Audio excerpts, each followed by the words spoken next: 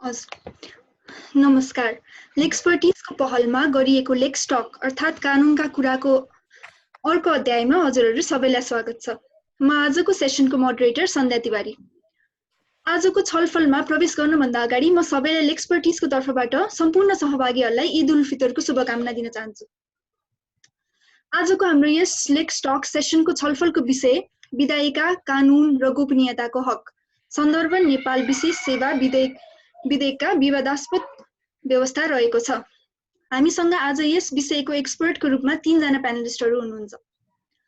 प्यानलिस्टको परिचय दिनुपर्दा हामीसँग वरिष्ठ अधिवक्ता तथा राष्ट्रिय सभाका सदस्य माननीय सांसद श्री राम नारायण विदयज्यू हुनुहुन्छ। त्यसैगरी वरिष्ठ अधिवक्ता श्री सविता भण्डारी बरालज्यू पनि हामीसँग प्यानलिस्टको रूपमा हुनुहुन्छ। उहाँ ट्रान्सपेरेन्सी इन्टरनेसनल नेपालको भाइस प्रेसिडेन्ट पनि हुनुहुन्छ र साथै राष्ट्रिय सूचना आयोगको पूर्व सूचना आयुक्त पनि हुनुहुन्थ्यो। त्यसैगरी हामीसँग अर्को प्यानलिस्टको रूपमा अधिवक्ता श्री प्रवीण सुवेदीज्यू हुनुहुन्छ। उहाँले युनिभर्सिटी अफ ओस्लोबाट इन्फर्मेसन एन्ड कम्युनिकेसन टेक्नोलोजी लमा ग्रेजुएट हुनुहुन्छ। यसका साथसाथै उहाँ नेपालको सूचना तथा प्रविधिसँग सम्बन्धित कानुनी सल्लाह दिने पनि गर्नुहुन्छ र Kathmandu school of Lama associate प्रोफेसरका रूपमा कार्यरत पनि हुनुहुन्छ।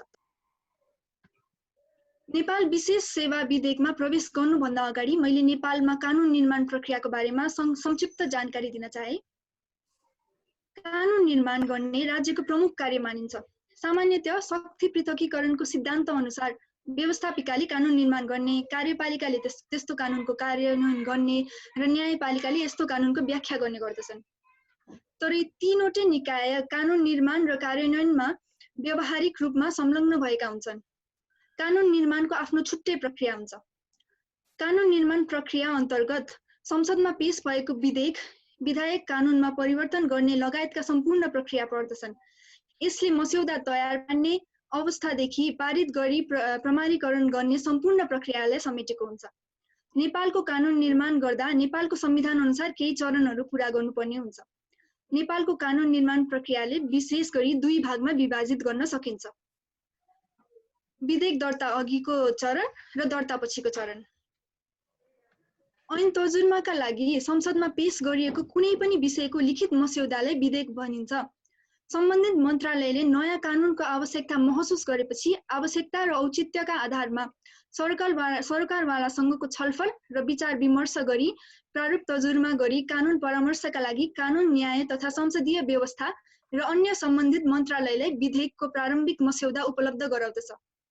मस्यौदालाई विद्यमान संविधान, कानुन र आर्थिक व्यवहारका आधारमा अध्ययन विश्लेषण गरी प्राप्त राय सुझावका आधारमा सम्बन्धित मन्त्रालयले विधेयकको मस्यौदा बनाई मन्त्री परिषदको सैद्धान्तिक स्वीकृतिका लागि पेश गर्दछ।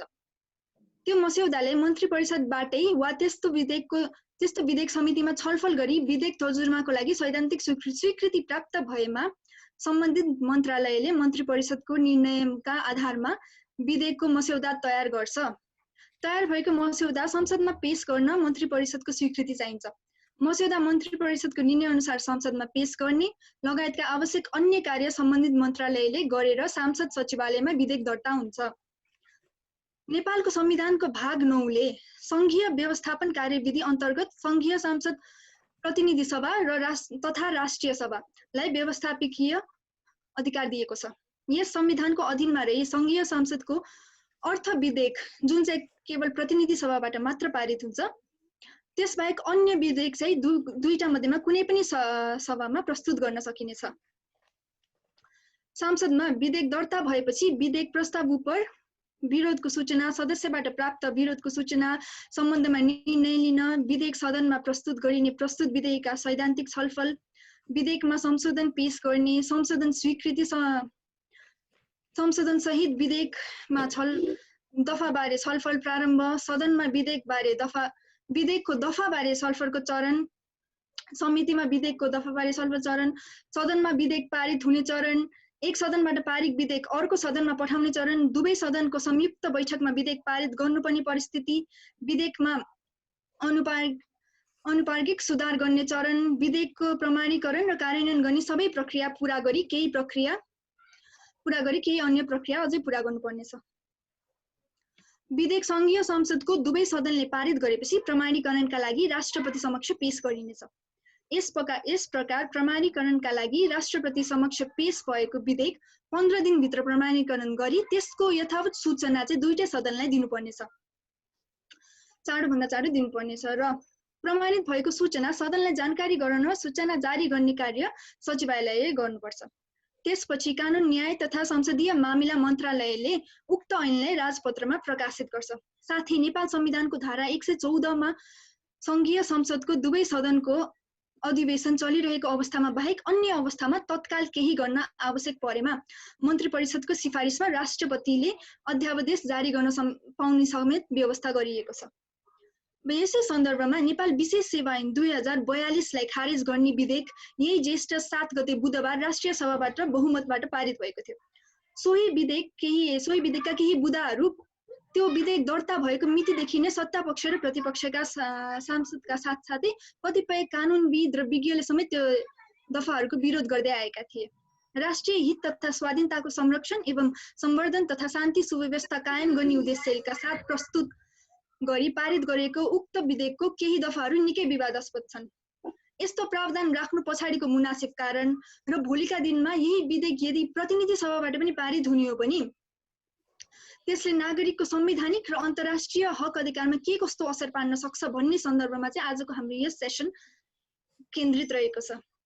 सबैभन्दा पहिला म माननीय रामनारायण सरलाई यो विधेयकको छोटो परिचय सहित यस्तो विधेयक लिएर आउनु पछाडिको मूल कारणमा प्रकाश पारिदिनु न अनुरोध गर्दछु। धन्यवाद। सबैजनालाई नमस्कार है। म वकिल साहबहरू सबैलाई, सविताजीलाई, प्रवीणजीलाई, कैलाशजीलाई। कुरा के हो भने अब 42 सालमा यो ऐन थियो। संसारको सबै देशमा यो ऐन छ। हामीलाई थाहा छ इन्डियामा भन्ने चाहिँ नि जासुस संस्था चल्छ, जसले नेपालमा नि हैरान पार्यो भन्छन्। त्यस्तै पहिला चाहिँ नि एकदमै एक्टिभ थियो रुसमा केजिबी भन्ने, त्यसले पनि त्यही संसार त हल्का मचाउँथ्यो। त्यस्तै चाहिँ नि अहिले अमेरिकन छ क्यारे, CIA भन्छन् क्यारे। हाम्रो पनि आर्मीमा DMI भन्छन्। अनि अर्को भाषामा यहाँ जनसम्पर्क कार्यालय भनेर काम चाहिँ त्यही गर्नको लागि राखेको हो। यसको काम नै के हो भने यसले कसैलाई मुद्दा चलाउँदैन, यसले कलेक्सन गरेको प्रमाण अन्त प्रमाण लाग्दैन। त्यो ऐनमा प्रश्न के अहिलेको विधेयकमा प्रश्न छ। यसले जे कलेक्सन गर्छ सूचना त्यो कुनै मुद्दामा इभिडेन्स लाग्दैन, अन्त प्रयोग गर्न पनि पाइँदैन, अन्त प्रयोग गर्न पनि पाइँदैन, इभिडेन्स पनि लाग्दैन भनेर यही ऐनमा लेखेको छ। त्यसकारणले यो चाहिँ नि के हो भने अब ठ्याक्कै शब्दहरू नै भन्दा त मैले हेरेर भनिदिन्छु है त। शब्दहरू नै भन्दा चाहिँ नेपालको स्वतन्त्रता, सार्वभौम सत्ता, भौगोलिक अखण्डता, राष्ट्रिय स्वाधीनताको रक्षा गर्न, राष्ट्रिय सुरक्षाको निम्ति एक सूचना सङ्कलन गरेर प्रति गुप्तचरी क्रियाकलाप भनेको अरूले गुप्तचरी गर्छ, रले, CIAले, विभिन्न संसारका चाहिँ खुबिया संस्थाहरूले नेपालको गुप्तचरी गर्छ। त्यो गुप्तचरीलाई प्रतिगुप्तचरी गर्नको निम्ति यहाँ पनि त्यस्तो संयन्त्र, हामी पनि सार्वभौम सत्ता सम्पन्न राष्ट्र हौँ, हाम्रो देश पनि त्यस्तो संस्था चाहिन्छ भनेर यो 42 सालमा नै थियो। त्यही ऐनलाई अलिकति परिमार्जन गरेका छ।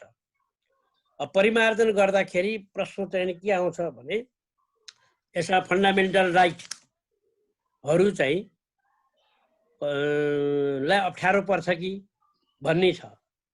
त्यो कुरालाई विचार गरेर फन्डामेन्टल राइटलाई अप्ठ्यारो नपर्ने गरी अहिले तपाईँले भन्नुभयो यो चाहिँ प्रतिपक्ष र सत्तापक्ष दुवै पक्ष राष्ट्रिय सभामा यो समितिमा बसेर पास भएको हो।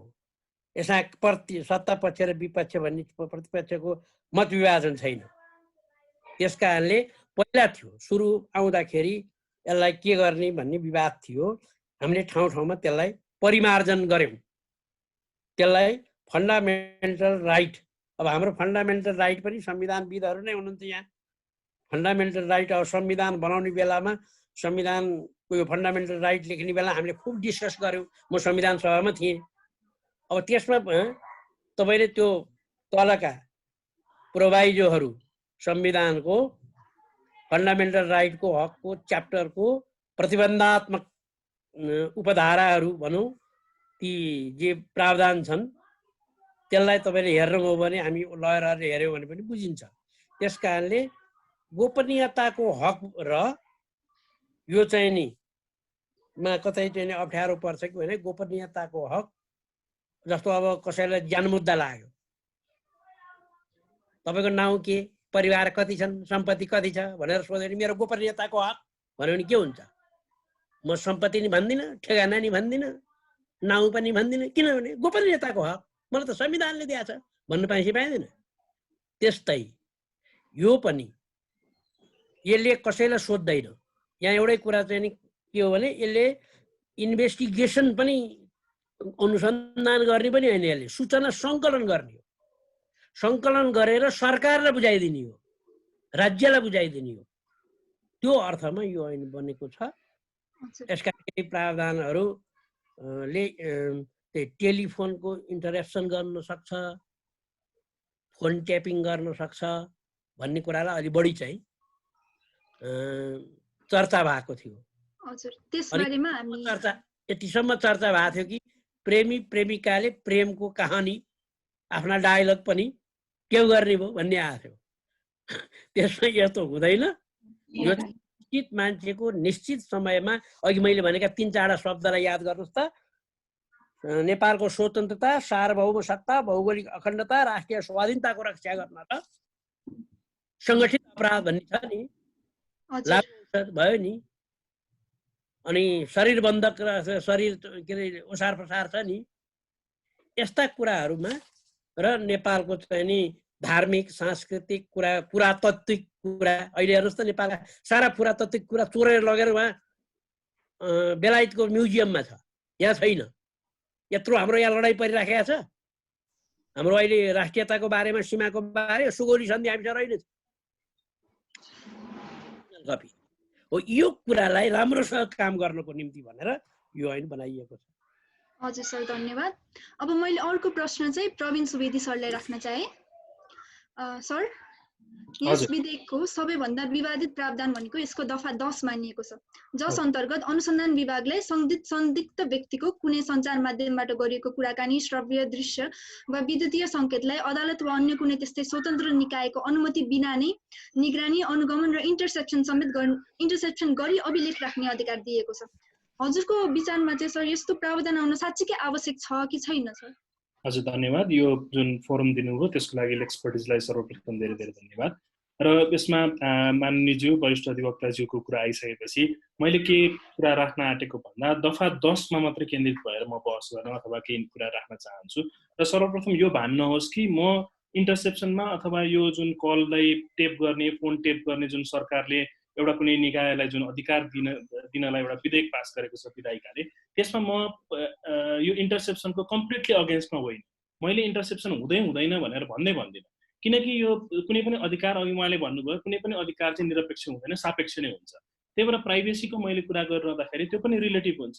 तर जुन कुरा आयो सिआइए र रको कुरालाई चाहिँ सर्भिलेन्स गर्ने अथवा सिआइए र रका जसले यहाँनिर चाहिँ गुप्तचरी गर्छन् त्यसलाई चाहिँ प्रतिगुप्तचरी गर्नलाई यो ऐन ल्याइएको हो भन्ने जुन विधायकबाट आयो, तर यसमा विधेयकमा त्यसले त्यो कुरा बोल्दैन। किनकि विधेयकले के भन्दैन भन्दा विदेशी नागरिकलाई भन्दैन। जसरी अमेरिकाको पेट्रियट एक्ट भन्ने एक्ट आयो 2001 को आतंकवादी हमलापछि, त्यसमा स्पेसिफिकल्ली के को लागि आयो भन्दा विदेशी नागरिकको लागि आयो।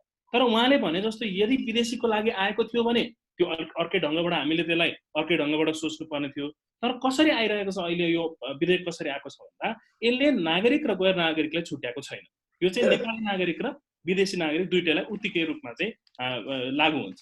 त्यसपछि अर्को कुरा चाहिँ इन्टरसेप्सन चाहिन्छ, किनकि अघि उहाँले भने जस्तो इन्टरसेप्सन चाहिँ कुनै कुनै फौजदारी कसुरको अनुसन्धानको लागि चाहिन्छ, किनकि नेपालमै पनि कतिपय अनुसन्धानहरू यस्तै इन्टरसेप्सनबाट अथवा कल डिटेल फलो गरेर भइरहेको अनुसन्धानहरू हामीले देखिरहेको छौँ।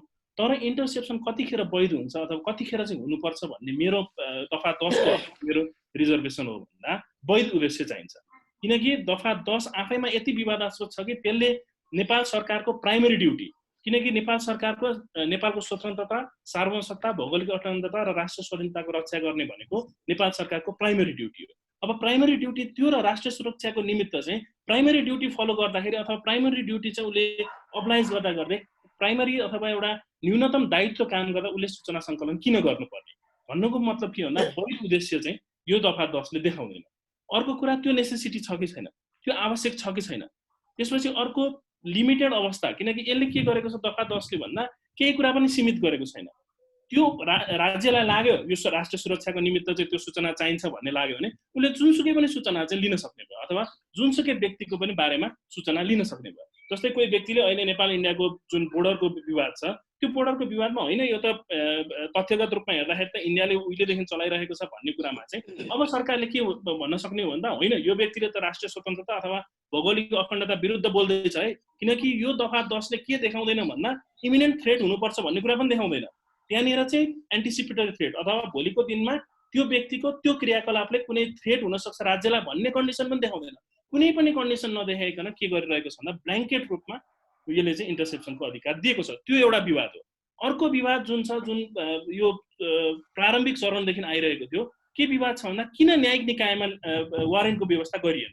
किनकि अहिले कल डिटेलको अथवा कल रेकर्डको अथवा कल लोकेसनको ट्र्याक गर्दाखेरि पनि सर्वोच्च अदालतको फैसलाले राम्रोसँग बोलेको छ यो चाहिँ राज्यलाई यसरी यो के अरे too much power leads to abuse of power भने जस्तो यसरी पावर दिनु हुँदैन। काहीँ न काहीँबाट त चेक हुनु पर्यो नि। दफा 10 को त्यो अधिकार चेक गर्ने अथवा चेक एन्ड ब्यालेन्स गर्ने मेकानिजम त्यो विधेयकले काहीँ पनि राखेको छैन। त्यही भएर मेरो भनाइ कति मात्र हो भन्दा इन्टरसेप्सन हुनुपर्छ तर प्रोपोर्सनल हुनुपर्छ, त्यसपछि लिमिट हुनुपर्छ, त्यसपछि लेजिटिमेट एमको लागि हुनुपर्छ।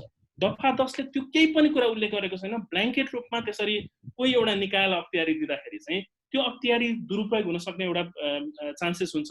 अर्को कुरा नेपाल पक्ष भएका विभिन्न अन्तर्राष्ट्रिय सन्धि सम्झौताले मास सर्भिलेन्स गर्न हुँदैन है भनेर जेनरल कमेन्टले पनि भनिरहेको अवस्थामा मास सर्भिलेन्सको खतरा हुन्छ। त्यो अवस्थामा चाहिँ दफा 10 लाई अलिकति संशोधन गरेर एउटा न्यायिक निकायबाट वारेन्टको सम्म व्यवस्था गर्न सकेको भए चाहिँ यसले अलिकति विवाद कम हुन्थ्यो भन्ने चाहिँ मेरो कुरा हो। बाँकी अरू छलफलको दौरानमा अरू कुराहरू पनि राखेको। हजुर, थ्याङ्क यू सर। अब म सबिता म्याम तर्फ जान चाहे। म्याम, यस विधेयकको दफा 5 मा चाहिँ 13 वटा विभिन्न विषयहरू दिएको छ जसमा चाहिँ अनुसन्धान विभागले सूचना सङ्कलन गर्न सक्छ यो विषयहरूमा। अनि यसमा अझै के भनिएको छ भन्दाखेरि नेपाल राज्यको स्वतन्त्रता, भौगोलिक अखण्डता, राष्ट्रिय एकता, स्वाधीनतामा खनन पार्ने किसिमले अति गोप्य सूचना वा इन्टेलिजेन्स प्रतिवेदन कुनै अनधिकृत व्यक्तिले थाहा दिएकोमा वा त्यस्तो सूचनासँग सम्बन्धित अति गोप्य कागजातको बेचबिखन गरी गोपनीयता भङ्ग गरेको कार्यले कुसुर पनि मानि त्यो कुसुरमा जन्मकैदसम्मको सजाय दिएछ। अब त्यस्तो कठोर सजाय दिँदै पनि यो प्रावधानको दुरुपयोग हुन सक्ने सम्भावना म्याम हजुरको विचारमा कतिको रहेको छ? मैले अघि नै पनि अब हाम्रो रामनारायणजीको कुरा पनि सुनि, प्रवीणजीको कुराहरू पनि सुनि होइन। वास्तवमा मलाई के लाग्छ भन्दाखेरि सजाय दिएर मात्र उन्मुक्ति हुन्छ जस्तो लाग्दैन होइन। त्यसैले सजाय दिनुभन्दा पहिले नै त्यो कानुन किन आयो, त्यो कानुन ल्याउनु पर्ने, त्यसको औचित्य के हो भन्ने कुराको जस्टिफिकेसन हुनुपर्छ जस्तो लाग्छ मलाई।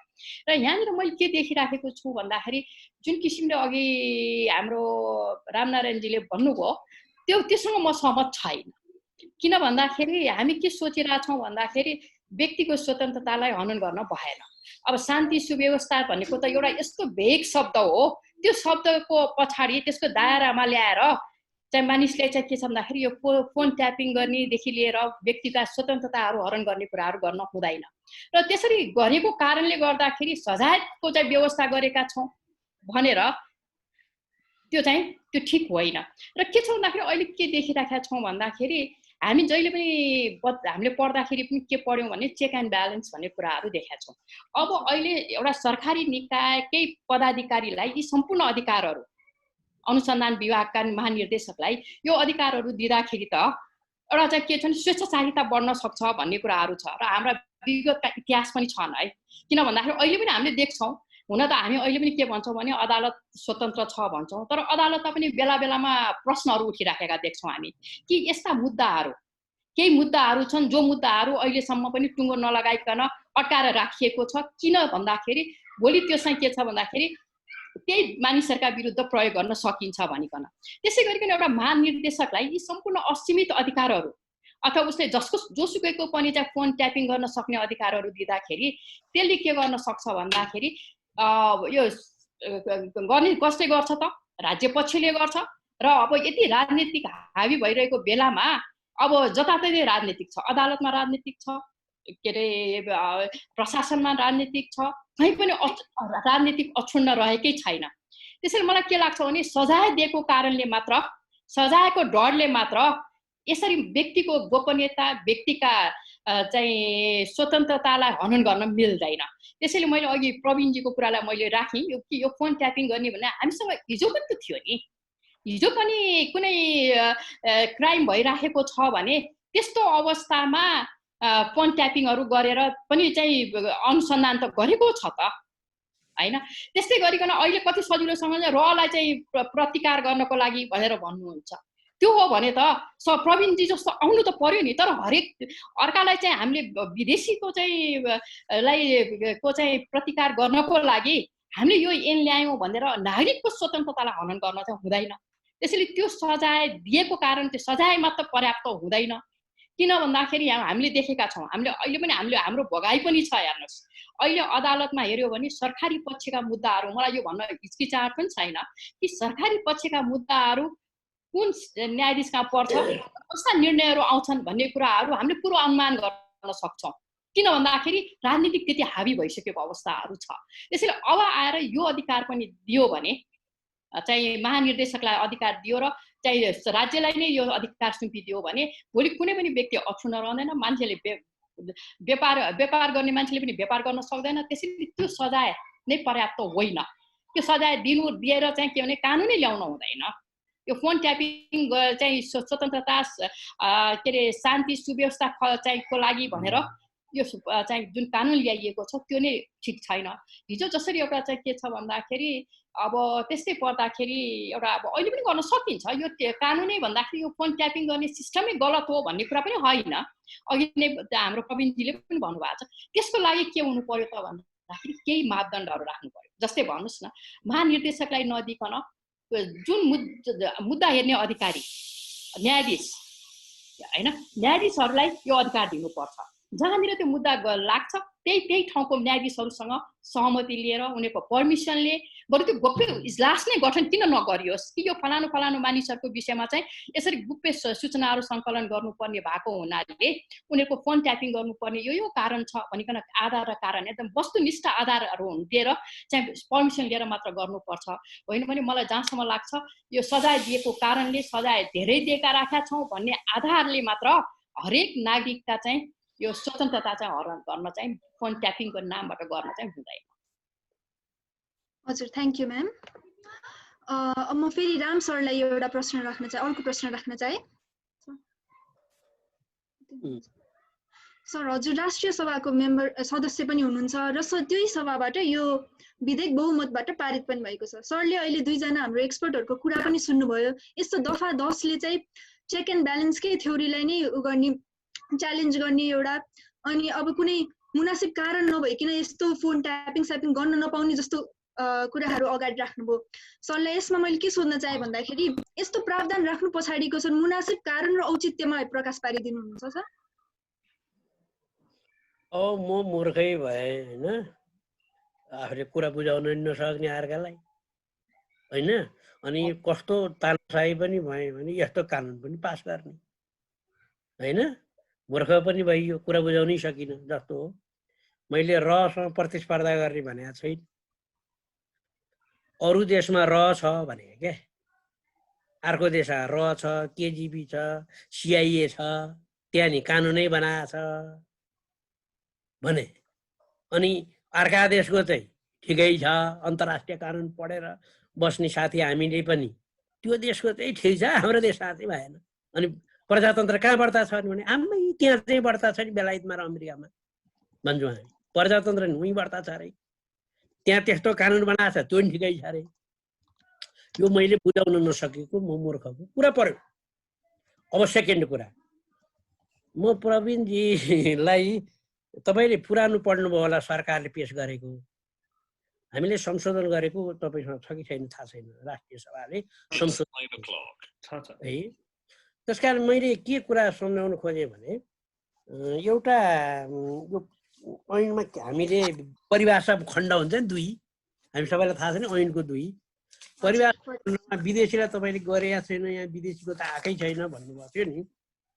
त्यसको रूपमा लेखिएको छ प्रति गुप्तचरी काउन्टर इन्टेलिजेन्स भन्नाले बाह्य राष्ट्र वा निकायबाट हुन सक्ने नेपाल विरुद्धको जासुसी गतिविधिका गोप्य काम कारबाहीका व्यक्तिहरू सबै पर्छन्।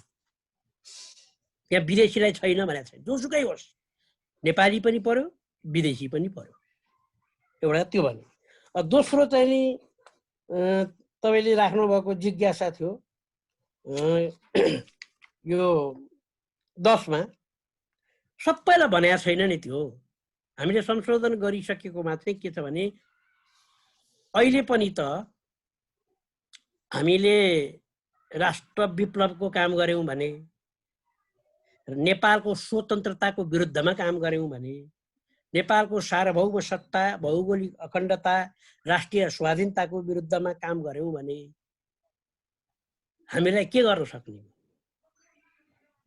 हामीले कानुन बनाएका छौँ त, सबैले 20 वर्ष कैद हुने कानुन बनाएको छ।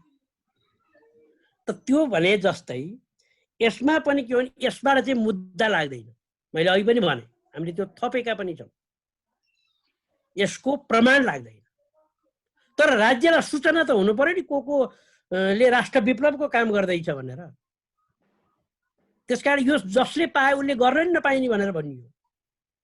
यो चाहिँ मुख्य अनुसन्धान अधिकृत भन्ने हुन्छ, त्यो आइजिपी सरको भनौँ न, अब यहाँ के पद राखेका छन्, त्यसले गर्नुपर्छ के भने उपयुक्त कारण सहित दर्शाएर यो कारणले यसो गर्न पर्यो भनेर कारण र औचित्य सहित दर्शाएर मात्रै काम गर्न सक्छ। यदि त्यसले त्यो गरेर हिँड्छ भने अदालत जान कसले रोक्या? मेरो फोन टेपिङ गर्यो, औचित्य देखाएन, आधार देखाएन भने मलाई के राइट छ भने च्यालेन्ज गर्ने राइट छ कोर्टमा। त्यसकारणले अहिले हामीले संशोधन गरेको चाहिँ ठिकै जसो लागेको छ। यो ऐन चाहिन्छ, यो ऐन भएन भनेदेखि नेपालको कुनै पनि कुरा विदेशीले वा चाहिँ हाम्रो राष्ट्रिय अखण्डताको विरोधीले कार्य गर्छ। त्यस कारणले ल्याएको हो। यसको औचित्य यही हो, यसको कारण पनि यही हो। फेरि यो अहिले ल्याएको नयाँ पनि होइन, अलिकति अब संसार परिवर्तन भयो नि। कानुन त समय सापेक्ष हुन्छ, जति समाज विकास हो कानुन उति विकास हुँदै जानुपर्छ। अब 42 सालको कानुनले पुगेन, त्यो बेला बम बङ्ग हान्थ्यो, अहिले बम भन्दा अर्कै उहीँबाट सुई थिच्छ अरे। यो प्रकारको कुराले हामीले हाम्रो देशलाई पनि विभिन्न खतराबाट जोगाउनको निम्ति यो ऐन ल्याइएको हो। यो चाहिँ नि मैले भने अनुसन्धान गर्ने पनि के छ भन्दा के गरी अनुसन्धान गर्छ त भन्दा नेपाल सरकारले सार्वजनिक हित र महत्त्वको कुनै विषयमा विभागलाई सूचना सङ्कलन गर्ने, अध्ययन र विश्लेषण गर्ने। यसले मान्छेलाई समात्दैन, पक्राउ गर्दैन। यो ऐनको एजेन्सीले पक्राउ पनि गर्दैन, समात्दैन, मुद्दा पनि लाउँदैन, प्रमाण पनि लाउँदैन। तर उनले सम्पूर्ण चित्त हामी नै भन्छौँ नि, त्यहाँ चाहिँ फलान ठाउँमा आएर त्यत्रो बाटो खनिसक्या रहेछ, त्यहाँ लिपु लेक लिपु झोरामा बाटो खने अहिलेसम्म थाहा नपाउने भनेर उग्रिने नि हामी नै। त्यो जासुसी संयन्त्र गर्न पर्यो, त्यहाँ भएको गतिविधि थाहा पाउनु पर्यो, त्यसको निम्ति संयन्त्र बनाउनु पर्यो भने भाइ त्यो त कहाँ हुन्छ? हाम्रो फन्डामेन्टल राइट भन्ने फन्डामेन्टल राइटलाई नोक्सान नपार्ने गरी। फन्डामेन्टल राइट त मलाई चाहिँ नि कालो बजारीमा थुन्यो भने मेरो फन्डामेन्टल राइट गएन? त्यो पनि त फन्डामेन्टल राइट गयो नि, थुन्यो नि त मलाई त लगेर। त्यस कारणले त्यसो होइन, कानुन बमोजिमको मात्रै काम हुन्छ। यसमा टेपिङ गर्ने जुन कुरा छ, फोन टेपिङ गर्नेको कुरा जुन छ, त्यो सबैको गर्ने, जहिले नि गर्ने, औचित्य नदेखाइकन गर्ने, प्रमाण नदेखाइकन गर्ने, आधार कारण नभइकन गर्ने होइन है। यति कुरा चाहिँ विद्वान साथीहरूलाई दोहोरोपल्ट बुझाउनलाई कोसिस गरे। धन्यवाद। हजुर धन्यवाद सर। म फेरि प्रवीण सरतर्फ आउन चाहे। रामनारायण सरले भन्नुभयो नि अब अर्काको देशको चाहिँ ठिक छ, हाम्रो देशको चाहिँ छैन भनेर जुन हामी त्यो प्रवृत्ति गर्छौँ नि, हो त्यसै सन्दर्भमा चाहिँ मैले अर्को एउटा क्वेसन राख्न चाहे हजुरको अगाडि। अन्य मुलुकमा पनि इन्टेलिजेन्सले फोन ट्यापिङ जस्तो कार्यहरू गरि नै रहेछ है। अब यसै सन्दर्भमा अन्य मुलुकमा यस्तो अभ्यास चाहिँ कसरी गरिएको छ त सर? हजुर, जुन चाहिँ अब मान्यज्यूले अघिदेखि मेरो प्रश्न र सविता म्यामको पनि प्रश्न थियो, न्यायिक वारेन्ट किन चाहिएन? मेरो एउटा मात्र प्रश्न यो, म इन्टरसेप्सनको अथवा लिपुयाधुरामा बाटो खन्दाखेरि राज्यलाई त्यसको सूचना हुनुपर्छ भन्ने मेरो पनि धारणा त्यही हो। राज्यलाई कसैले आएर राज्य विरुद्ध केही काम गर्दैछ भने त्यसको सूचना हुनुपर्छ। तर राज्यले सूचना उठाउनेको नाममा एकतर्फी रूपमा उसलाई कुनै पनि चेक एन्ड ब्यालेन्स छैन। त्यो अवस्थामा चाहिँ जुडिसियल वारेन्ट बिना ल्याइनुको कारण के हो भन्ने कुरा चाहिँ अझै पनि आएन। र अरू देशको हामीलाई जुन प्र्याक्टिस हेर्दाखेरि के छ भन्दा अरू देशमा जस्तै हामीले अरू देशको उदाहरण हेर्दाखेरि पनि जस्तै बेलायतको उदाहरण हो। बेलायतमा 1985 मा एउटा कानुन आयो जसमा चाहिँ वारेन्ट कसले अथवा कसलाई अधिकार थियो इन्टरसेप्सनको भन्दाखेरि सेक्रेटरी अफ स्टेटलाई थियो। त्यसपछि त्यो कानुनलाई विभिन्न निकायहरू जस्तै त्यहाँको सुप्रिम कोर्टले र युरोपियन ह्युमन राइट्स कोर्टले नै पनि के भन्यो भन्दा होइन, यसरी एडमिनिस्ट्रेटिभ र इन्डिपेन्डेन्ट बडीले एसेसमेन्ट नगरिकन रिभ्यू नगरिकन यसरी एकतर्फी रूपमा सरकारले नै त्यस्तो खालको वारेन्ट जारी गर्न हुँदैन, त्यही भएर त्यसलाई चाहिँ खारेज गर्नुपर्छ है भनेर के भन्यो त भन्दा एप्रोप्रिएट जुडिसियल एसेसमेन्ट चाहिँ हुनुपर्छ। अथवा कुनै अर्को निकाय त हुनु पर्यो नि, इन्डिपेन्डेन्ट निकाय जसलाई सूचना चाहिएको छ उसैले गएर निर्णय गर्ने, निर्णय अभिलेख गर्ने भनेको छ। अघि मान्यज्यूले भन्नुभयो होइन औचित्य त देखाउनु पर्छ भनेर, तर त्यही संशोधित विधेयक, मैले संशोधित विधेयक नै हेरेको, त्यसमा पनि संशोधित विधेयकमै पनि के भन्छ भन्दा औचित्यको कुरा गर्दैन, कारण र आधार मात्रै भन्छ। औचित्य नदेखाइसकेपछि अब मैले के बुझ्न सक्दिनँ भन्दा लेजिटिमेट एमको कुरा चाहिँ अथवा त्यसलाई लेजिटिमाइज हुनुपर्छ भन्ने कुरा चाहिँ विधेयकले त्यो निर्णयकर्तालाई कुनै पनि के अरे दायित्व दिएको छैन। त्यसले गर्दाखेरि आधार र कारण भनेको छ, कसको लागि त्यो अनुसन्धान गर्ने कुरा पनि छैन, त्यसपछि त्यो निर्णय अभिलेख गरेर के गर्ने भन्ने कुरा पनि छैन। र अर्को महत्त्वपूर्ण कुरा कति कुरा पनि छ भन्दाखेरि त्यो कहिलेसम्मको लागि हो, 1 वर्षको लागि हो कि 2 वर्षको लागि हो कि 100 वर्षको लागि त्यो निर्णय कायम हुने हो कि भन्ने कुरा पनि छैन। र त्यसैलाई अरू देशमा पनि के प्रचलन रहेछ भन्दाखेरि मैले अलिकति अनुसन्धान गर्दाखेरि यो एक्स पार्टे रूपमा हुने निर्णय हो। जस्तै अदालतमै जाँदाखेरि पनि त्यो निर्णय के हुन्छ भन्दा एक्स पार्टे हुन्छ, अर्को पक्षलाई सुनवाई गरिँदैन। र त्यो एक्स पार्टे निर्णय गर्दाखेरि के चाहिँ कुरा ग्यारेन्टी गरिदिनुपर्छ भन्दा एप्रोप्रिएट सेफगार्ड। त्यो त्यसरी फोन टेपिङ गर्दाखेरि त्यो सेफ हुन्छ, त्यो टेप गरिएको कुरा चाहिँ दुरुपयोग हुँदैन भन्ने कुरा चाहिँ ग्यारेन्टी गरिदिनु पर्यो। र अर्को कुरा सजायको कुरा जुन आइरहेको थियो, सजायमा छ दुरुपयोग गरियो भने यो सजाय त्यो सजाय कति वर्षसम्म सजाय छ, तर व्यक्तिगत लाभ लियो भने के गर्ने?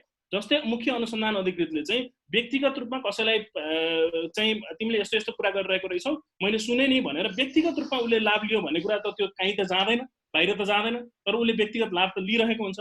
त्यो व्यक्तिगत लाभलाई काहीँ पनि एड्रेस गरिएको छैन कानुन। त्यही भएर मैले के भन्न खोजेको भन्दा एप्रोप्रिएट सेफगार्ड छैन। त्यसले गर्दाखेरि सर्भिलियन्स गर्दाखेरि यो युरोपियन कोर्ट अफ ह्युमन राइट्सले पनि के भन्छ भन्दा सर्भिलियन्स गर्न पाइन्छ तर इन्डिपेन्डेन्स एसेसमेन्ट हुनुपर्छ। र मेरो कुरा पनि त्यही हो, यदि त्यो इन्टरसेप्सन गर्न दिने हो भने राज्यले सूचना पाउनुपर्छ। त्यो सूचना पाउने हो भने त्यसको लागि जुडिसियल अथोरिटी अथवा अरू कुनै इन्डिपेन्डेन्ट अथोरिटी, ठिकै छ अदालतपट्टि अहिलेसम्म हामीले मानिरहेका छौँ, कल डिटेल आउँदाखेरि अथवा कल डिटेल लिँदाखेरि अदालतकैमा गएर दिनुहोस् न हामीलाई यो कल डिटेलको स्वीकृति भन्छौँ, अहिलेसम्म दिइरहेको पनि छ। यदि अदालतलाई विश्वास गर्न सकिँदैन भने, अब नसकिएरै नल्याएको हो भने हामीले अजम्सन गर्नु पर्यो, सकिँदैन भने अर्को कुनै निकाय जुनलाई चाहिँ हामी स्वतन्त्र र त्यसले चाहिँ एसेसमेन्ट गर्छ है, त्यसले चाहिँ रिजनेबल सेफगार्ड लिन्छ है, अथवा त्यसले चाहिँ मेरो प्राइभेसीको ग्यारेन्टी गर्छ है भन्ने कुरा चाहिँ हामी त्यसमा चाहिँ विश्वस्त हुनु पर्यो। त्यस अलावा अरू देशमा जस्तै युनाइटेड स्टेट्सकै कुरा गर्दाखेरि 2001 मा अघि मैले भने सर्भिलियन्सको लागि 2001 मा एउटा कानुन आयो। त्योभन्दा अगाडि अथवा त्यो कानुन के को लागि भन्दा स्पेसिफिकली टेरोरिजमको लागि आयो। त्यो टेरोरिजमको लागि त्यसमा पनि तोकिएको छ, टेरोरिजम फन्डिङको सूचना छ भने, असिस्टेन्स गरेको छ भने, र त्यो नन युएस सिटिजनको लागि चाहिँ वारेन्ट बिना त्यो पनि 90 दिनको लागि त्यहाँ लिमिटेड छ। मैले के भन्न खोजेको भन्दा यस्तो हाम्रो जस्तो ब्ल्याङ्केट खालको अख्तियारी चाहिँ कुनै पनि देशमा दिएको छैन। त्यसै गरी अमेरिकाकै सुप्रिम कोर्टले पनि के भन्यो भन्दा सर्च वारेन्ट जस्तै हो यो पनि। जस्तै हामीले सर्च वारेन्ट अथवा कुनै कुरालाई चाहिँ कसैको घरमा प्रवेश गरेर केही मुचुल्का उठाउँछौँ भने त्यहाँ भत्र बलादमी राख्ने हाम्रो कानुनले तोकेको छ। त्यस्तै किसिमबाट कसैको कुरा सुन्दैछौँ भने केही न केही कुरा वारेन्ट त चाहियो नि, काहीँ न काहीँ त त्यसलाई रेकर्ड त हुनु पर्यो नि, आफै सूचना राख्ने आफै चलाउने भन्ने कुरा चाहिँ हुँदैन।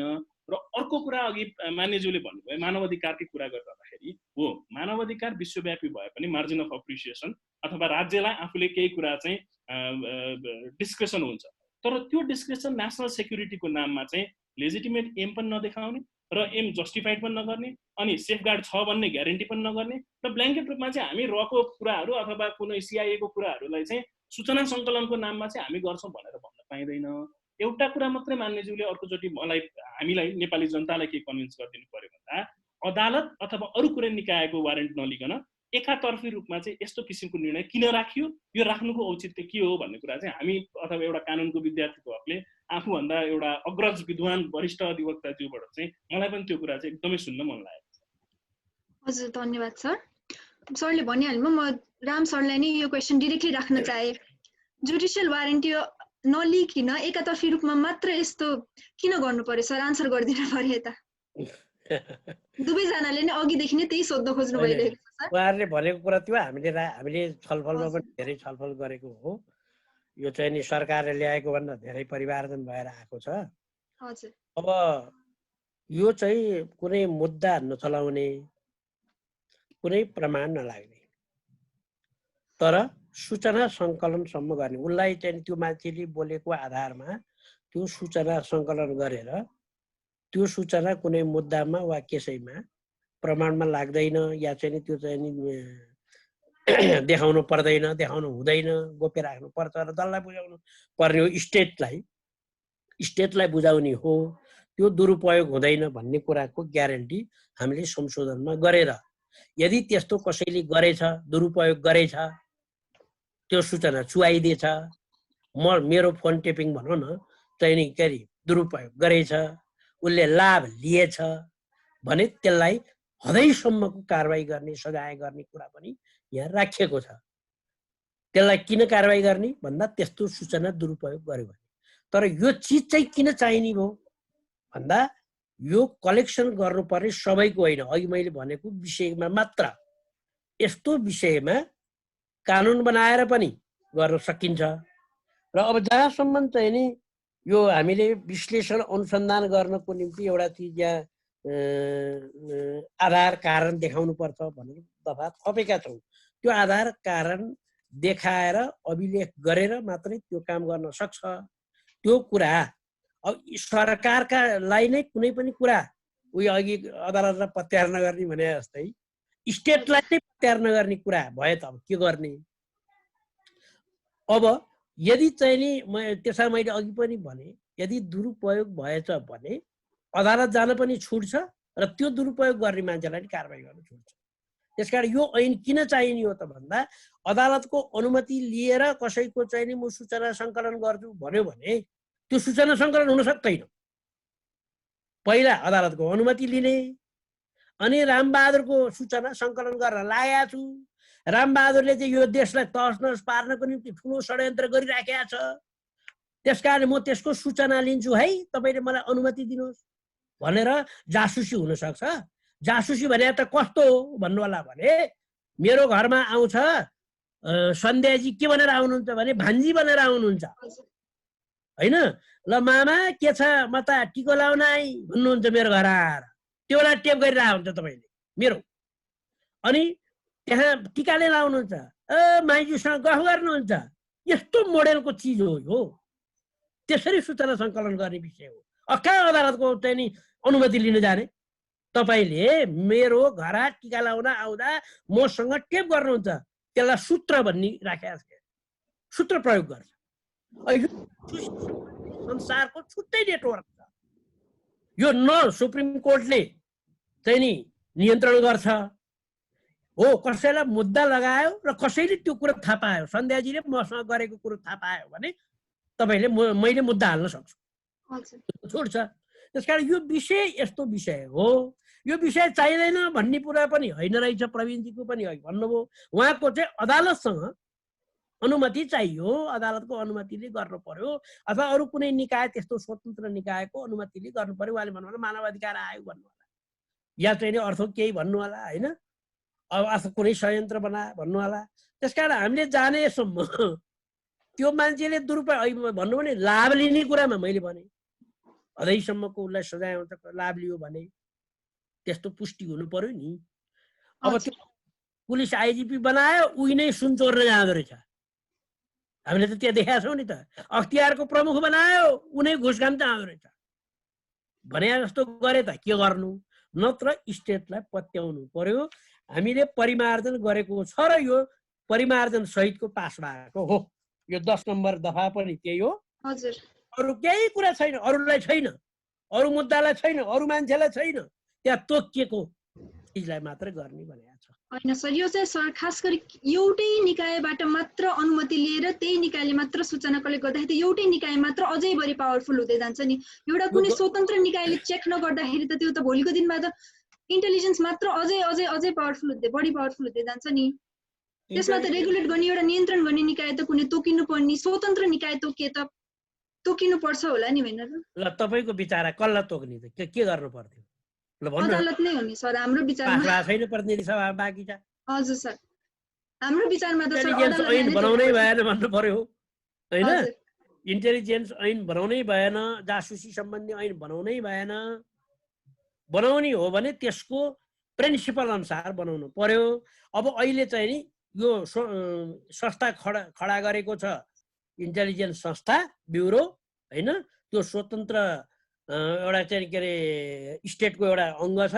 त्यसले प्रधानमन्त्री कहाँ पेश गर्छ सबै चिज। ऊ प्रधानमन्त्रीसँग वा सरकारसँग उत्तरदायी हुन्छ भन्ने भन्छ। हजुर सर धन्यवाद। अब म सविताजीकोमा आउन चाहे, सविता म्यामकोमा। हजुर म्याम, हजुर राष्ट्रिय सूचना आयोगको पूर्व सूचना आयुक्त पनि हुनुहुन्थ्यो है। अनि एक आम नागरिकले राज्यसँग कुनै सूचना लिनको लागि पुर्याउनु पर्ने लम्बित प्रक्रियाको बारेमा त हजुरलाई थाहा नै थियो ल। त्यो प्रक्रिया नपुर्याएमा संविधान र कानुन बमोजिम उसले पाउनुपर्ने सूचनाको हकबाट समेत वञ्चित हुनुपर्ने व्यवस्था छ हाम्रो देशमा। नागरिकको निम्ति चाहिँ यस्तो अनेक प्रक्रिया, तर सोही नागरिकसँग सम्बन्धित कुनै सूचना लिन चाहिँ राज्यको अनुसन्धान अधिकृतले भने निजको संविधान प्रदत्त गोपनीयताको हक नै हनन हुने गरी लिएको सूचना लिएर ग्रहण गर्ने यस्तो किसिमको व्यवस्थाले चाहिँ कस्तो हुन्छ होला हजुरको विचारमा? वास्तवमा हामीले पटक पटक हामी सूचना आयोगमा हुँदाखेरि पनि हामीले पटक पटक यी प्रश्नहरू गरेका थियौँ होइन। त्यसैले धेरै त्यसलाई परिमार्जन पनि गर्न खोज्यौँ हामीले कि सूचना भनेको तत्कालै उपलब्ध गराउनु पर्छ भन्ने कानुनले पनि छ, तर दिएन भने के गर्ने त? कारण सहित दियो भने 7 दिनसम्म पुर्नुपर्ने, त्यसपछि फेरि प्रमुखका जानुपर्ने, यी झन्झटिला प्रक्रियाहरू पक्कै पनि छन् होइन। र त्यसलाई अझै परिमार्जन गर्दै जाउँ भनेर पनि लागेका थियौँ र केही मात्रामा गर्दै होला पनि अहिले आयोगले पनि। र मलाई के लाग्छ भन्दाखेरि अहिले जसरी भन्नुभयो नि रामनारायणजीले कति सजिलोसँग भन्नुभयो कि त्यो वास्तवमा जस्टिफिकेसनै छैन के त्यसको। उहाँ के भन्नुहुन्छ भन्दाखेरि अब विदेशीमा चाहिँ रहेछ केजिबी थियो, यस्तो थियो, सबै थियो, त्यसले गर्दाखेरि हामीले पनि त्यस्तै संस्था खडा गर्न खोज्यौँ भन्ने जस्तो कुरा गर्नुभएको छ। तर मैले पनि हेर्दाखेरि मलाई थाहा छैन, अघि प्रवीणजीले पनि भन्नुभयो कि वास्तवमा एउटै निकायलाई त्यसरी एब्सोल्युट राइट दिएको चाहिँ मैले पनि देखिनँ। त्यहाँ अरू ठाउँमा पनि के रहेछ भने कोर्टको अर्डरले मात्र फोन ट्यापिङ गर्न सक्ने अवस्थाहरू राखिदिएको अवस्थाहरू रहेछ, मैले पनि हेरेँ होइन। त्यसैले त्यो होइन। अनि उहाँ के भन्नुहुन्छ भन्दाखेरि अब यो सङ्कलन मात्र गर्ने हो, सूचना सङ्कलन गर्ने हो, हामीले त राज्यलाई बुझाइदिने हो अरे। अब त्यो जब त्यसबाट मुद्दै चल्दैन, त्यसबाट कारबाही नै गर्न नसकिने हो भने त्यत्रो खर्च किन गरिराख्नु पर्यो त होइन? आखिर त्यो सङ्कलन गर्नलाई पनि त केही न केही राज्यको त स्रोत र साधन त खर्च होला होइन। जब त्यसबाट मुद्दै चल्दैन, त्यसबाट चाहिँ कुनै त्यसको उपदेयतै छैन, खालि त्यो राज्यलाई दिएर राखिदिने भन्ने कुरा, त्यो के हो भने वास्तवमा त्यो हाम्रा चाहिँ सोझा साझा मान्छेहरूलाई चाहिँ गाउँमा चाहिँ फकाउने त्यो मुद्दा चल्ने होइन, केही होइन, खालि राज्यले सङ्कलन गरेको भन्ने होइन।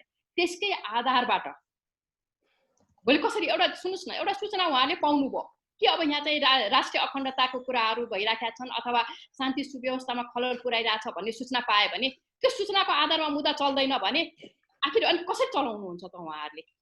कसरी गर्नुहुन्छ होइन?